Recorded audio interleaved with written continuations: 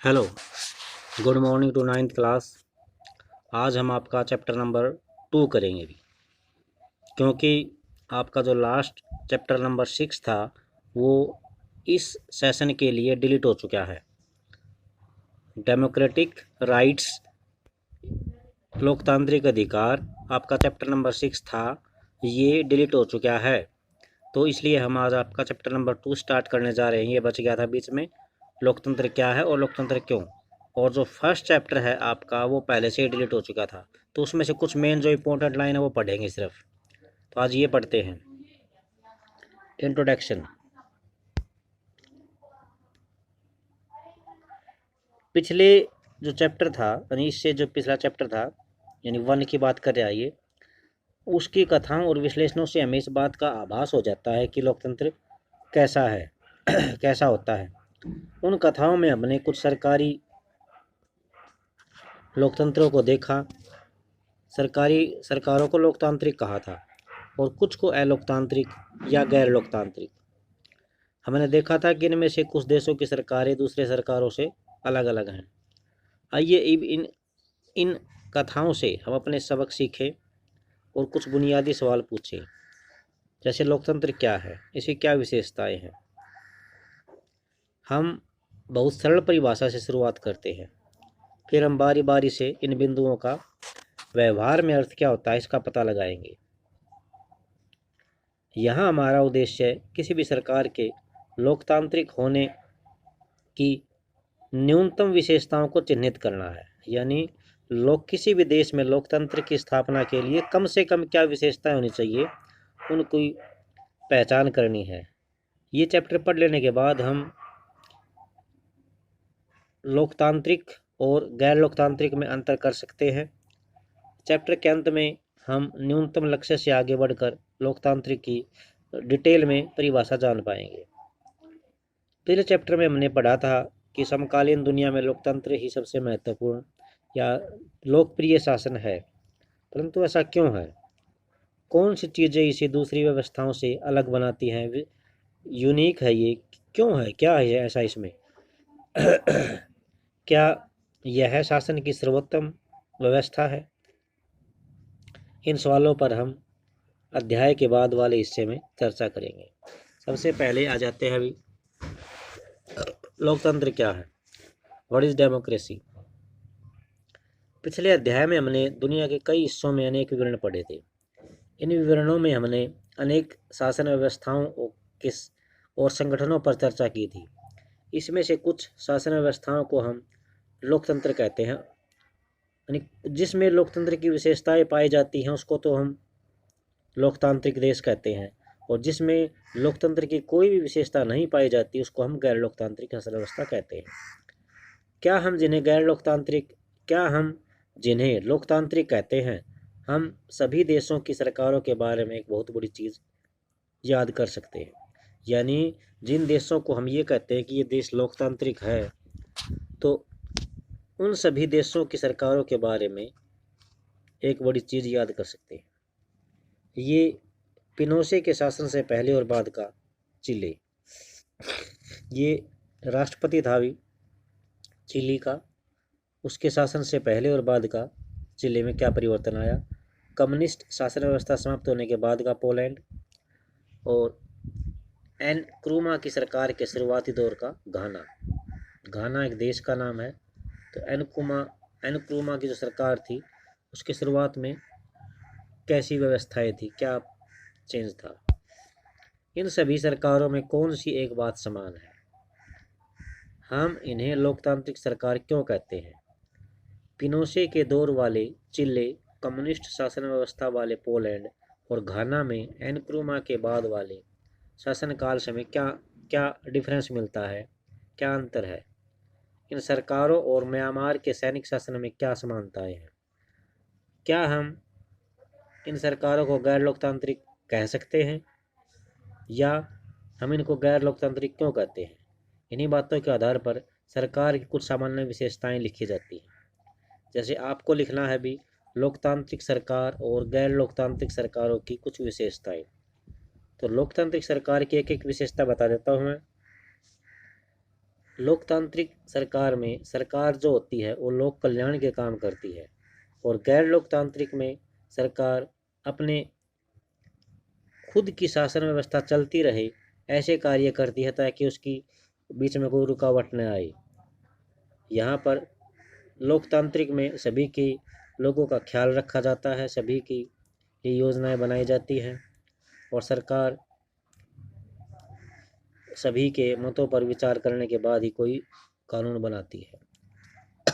लेकिन गैर लोकतांत्रिक सरकार में ऐसा नहीं होता, वो किसी से कोई सलाह नहीं लेती, सिर्फ अपने शासन व्यवस्था की सुचारू रूप से चलने के लिए वो अपने फायदे के लिए काम करती है गैर लोकतांत्रिक सरकार। ठीक है, ये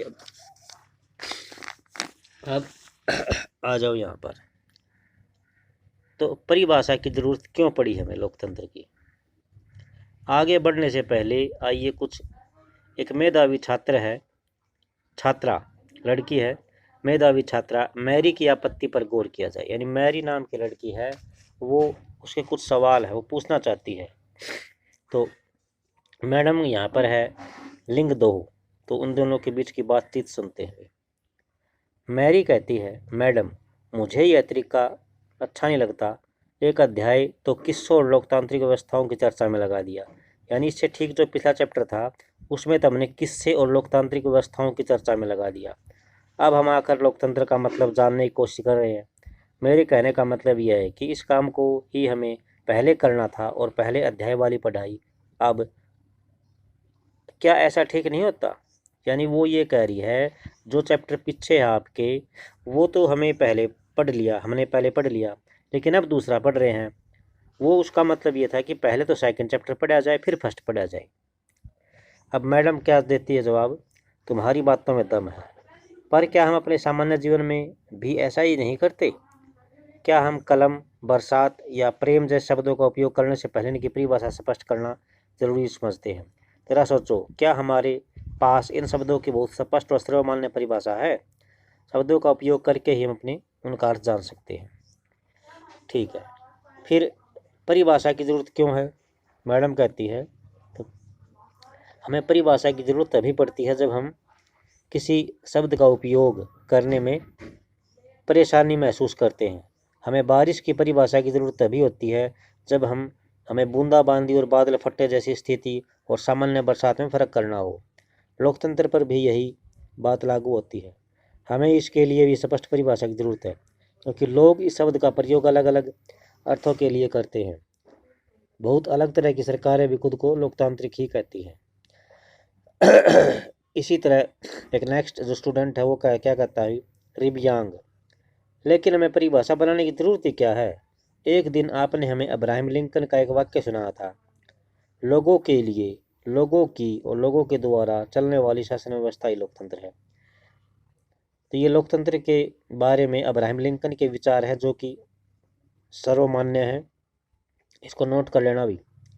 मेघालय में हम स्वयं पर राज करते रहे हैं, मेघालय में हम स्वयं पर राज करते रहे हैं, इसे सभी लोग मानते भी हैं। हमें इसमें बदलाव करने की ज़रूरत क्या है? क्यों हम बदलाव चाहते हैं? यानी जो अब्राहम लिंकन ने परिभाषा दी थी वो लगभग सभी लोकतांत्रिक देशों में चलती है, और जब ऐसा ही शासन चाहिए तो इसमें बदलाव करने की क्या ज़रूरत है? रिबियांग ने पूछा। ये अब मैडम कहती है, मैं यह नहीं कहती कि इसमें बदलाव करने की ज़रूरत है, मुझे भी यह परिभाषा बहुत सुंदर लगती है। जब तक हम इस मसले पर खुद से विचार न करें तब तक यह तय करना मुश्किल होगा कि लोकतंत्र की यही परिभाषा सबसे अच्छी है, सर्वोत्तम है। हमें किसी चीज़ को सिर्फ इसी आधार पर स्वीकार नहीं कर लेना चाहिए कि किसी बहुत नामी गिरामी आदमी ने उसके लिए बहुत अच्छा कहा है या सभी लोग उसे अच्छा मानते हैं। यानी ये मैडम कहती है कि ये परिभाषा चलो ठीक है, मैं भी नहीं चाहती कि बार बार बदलाव हो, बार बार चुनाव हो।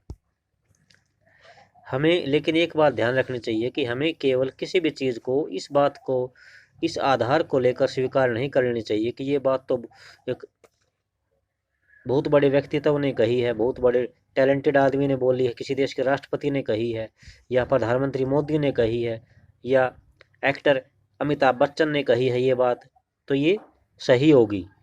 तो हमें अपना दिमाग भी यूज करना चाहिए। या बहुत सारे लोग उसे सही मानते हैं। अब योलांदा कहती है, ये भी स्टूडेंट है, क्या मैं कुछ कह सकती हूँ? हमें कोई परिभाषा तलाशने की ज़रूरत नहीं है। मैंने कहीं पढ़ा है कि डेमोक्रेसी जो है, यूनानी शब्द डेमोक्रेसिया से बना है। यूनान में डेमोस का अर्थ होता है लोग और क्रेसिया का अर्थ होता है शासन। इस प्रकार डेमोक्रेसी लोकतंत्र का अर्थ है लोगों का शासन। यही सही है, फिर परिभाषा की क्या जरूरत है। एक परिभाषा ये आ गई है भी आपके बीच में, डेमोक्रेसी जो कि यूनानी शब्द से मिलकर बना है, और एक जो पहले आई थी अब्राहम लिंकन की। तो दोनों परिभाषाओं को आपने नोट करना है। तो इसने योलांदा नामक स्टूडेंट ने बताया कि ये यूनान वाली परिभाषा ही सबसे बेस्ट है। अब लिंग दो मैडम क्या कहती है, इस सवाल पर विचार करने का यह भी बहुत उपयोगी तरीका है, पर मैं इतना कहूँगी कि सिर्फ शब्द की उत्पत्ति से उसकी परिभाषा निकालने का तरीका हरदम उपयोगी नहीं रहता। यानी कोई शब्द का क्या अर्थ है, कोई शब्द सबसे पहले कहाँ यूज किया गया, इसका कोई मतलब नहीं रहता।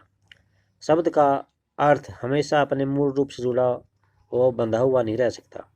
शब्द का जो अर्थ है हमेशा अपने मूल रूप से जुड़ा या बंधा नहीं रह सकता। समय और प्रयोग के साथ साथ उसका अर्थ बदलता रहता है। अब कंप्यूटर शब्द को ही ले लीजिए। कंप्यूटर अर्थात गणना, कंप्यूटिंग। कंप्यूटिंग का मतलब गणना होता है। मुश्किल गणनाओं को सरलता से करने के लिए बने यंत्र को ही कंप्यूटर कहा जाता है। ठीक है, ये कंप्यूटर की परिभाषा है। मुश्किल गणनाओं को सरलता से करने के लिए बना जो यंत्र है उसको ही कंप्यूटर कहा जाता है। परंतु ये जो शक्तिशाली कैलकुलेटर थे, दरअसल ये बहुत शक्तिशाली कैलकुलेटर थे, परंतु आज शायद ही कोई इस अर्थ में कंप्यूटर शब्द का प्रयोग करता है। अब तो कंप्यूटर का उपयोग लिखने, पढ़ने, डिज़ाइन बनाने, संगीत बनाने, सुनने और फिल्म देखने में होता है। शब्द वही रहते हैं, परंतु समय बीतने के साथ साथ उनका अर्थ बदल सकता है। ऐसी स्थिति में सिर्फ शब्दों के मूल अर्थ पर ही भरोसा करना बहुत उपयोगी नहीं होता। अब मैरी कहती है, मैडम आपके कहने का मतलब यह है कि इस विषय पर खुद सोचने का कोई शॉर्टकट नहीं है, हमें इसके अर्थ पर गौर करना होगा और उसकी परिभाषा समझनी होगी, गढ़नी होगी।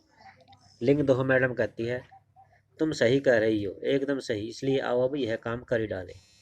तो अब नेक्स्ट टॉपिक में हमारी परिभाषा स्टार्ट होगी। आपके लिए सिर्फ एक प्रश्न बना है यहाँ पर, लोकतंत्र की परिभाषा बताइए। एक तो ये है भी अब्राहम लिंकन के शब्दों में, दूसरी है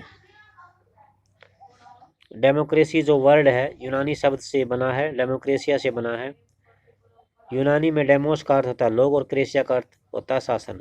इस प्रकार डेमोक्रेसी अर्थात लोकतंत्र का अर्थ है लोगों का शासन। शायद यही सही है, फिर बस इतना ही सही है, लोगों का शासन तक लिखना है अपने। तो नेक्स्ट हम कल पढ़ेंगे भी, तब तक के लिए इसको पढ़ो, समझो, और जो 6th चैप्टर है वो आपने नहीं पढ़ना है।